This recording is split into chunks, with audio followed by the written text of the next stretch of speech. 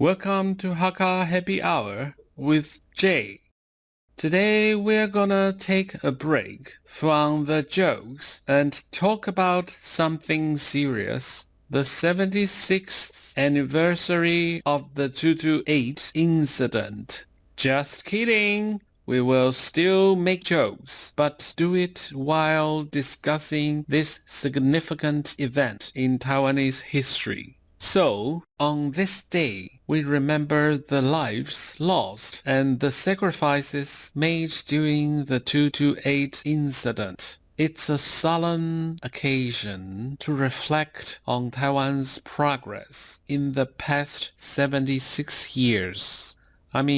We went from martial law to democracy, from black and white TV to streaming services, and from handwritten letters to emojis.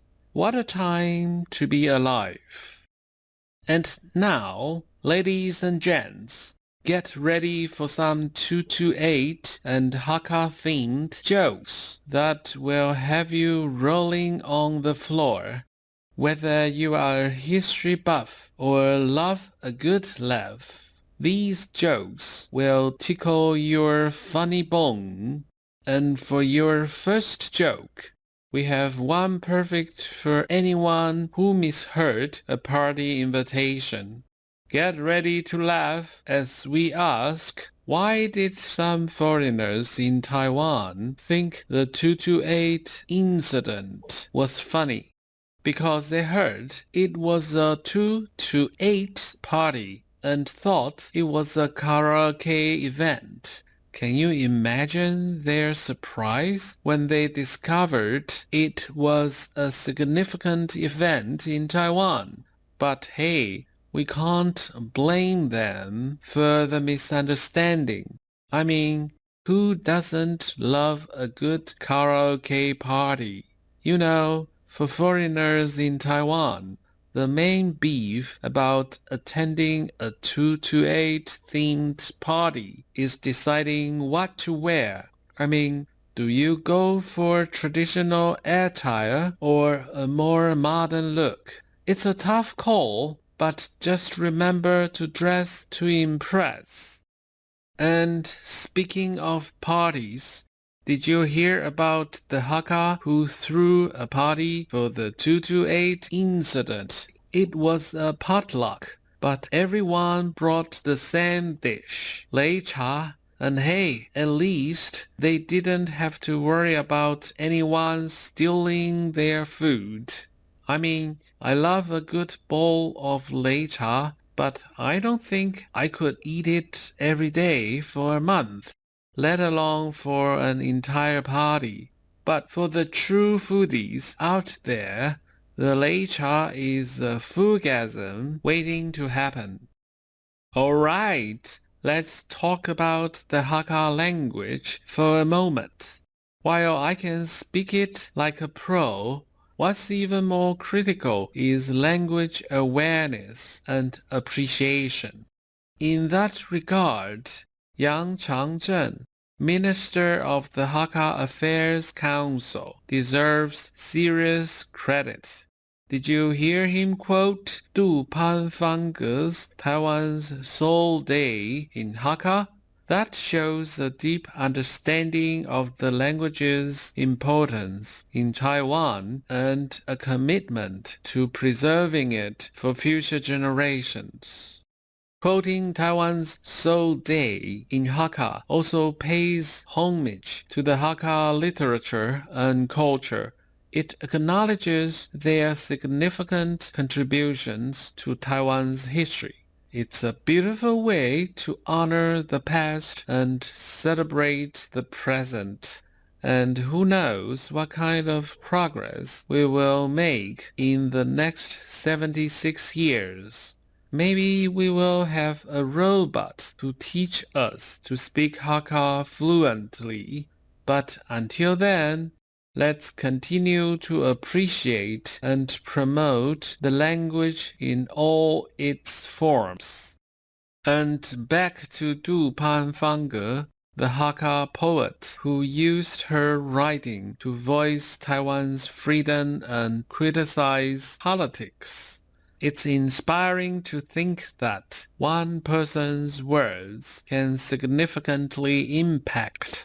I'm just a comedian trying to make people laugh. But maybe one day I will say something that changes the world, or at least it makes someone laugh out loud. And let's remember the younger generation who commemorates the 228 incident and honors those who fought for Taiwan's freedom and truth. I'm proud to see how far we've come and excited about the future. Who knows what kind of technology we will have in 76 years? Maybe we will have flying cars, robots for pets, teleportation devices, or even Hakka time travelers. Can you imagine a Hakka person traveling back in time to witness the 228 incident firsthand? They could teach us so much about our history and culture, and let's be honest, who wouldn't want to see a time-traveling Hakka person riding a flying Tesla with their robot pet? It's like a sci-fi movie, but with a Hakka twist. And as a Hakka time traveler, you will have the advantage of a clean slate. You can change the course of history and prevent the 228 incident from happening. So be careful. Even the slightest change can have significant consequences. And remember the main rule of time travel. Don't mess with the timeline and avoid the grandfather paradox. Remember, when traveling through time, make sure the coast is clear before making any changes. Speaking of time travel, did you hear about the Hakka person from the future who accidentally traveled back to the 228 incident? They were so confused and exhausted that they tried to order a boba tea using Hakka. Unfortunately, none of the Mandarin Chinese military officers understood them, and they ended up getting arrested for suspicious behavior. Moral of the story: if you are gonna time travel, brush up on your history and language skills first. But let's be real. Can you imagine the culture shock of traveling from a future with flying cars and teleportation devices to when people had to rely on handwritten letters and telegraphs? It's like trying to imagine life without smartphones or the internet. And let's not forget the lack of boba tea shops. It's a wonder anyone survived back then. But hey, at least they had the Hakka language to fall back on, even if nobody understood their futuristic boba tea order. Let's wrap this up by saying that while we remember the past, we also look forward to a brighter future where everyone can live in harmony, happiness, and progress. And you know what's a great way to bring people together? Laughter. Speaking of progress, did you hear about the new app that translates baby cries? Now you can finally know if your baby cries because they are hungry, tired, or just sick of your jokes. Hey, don't judge the baby.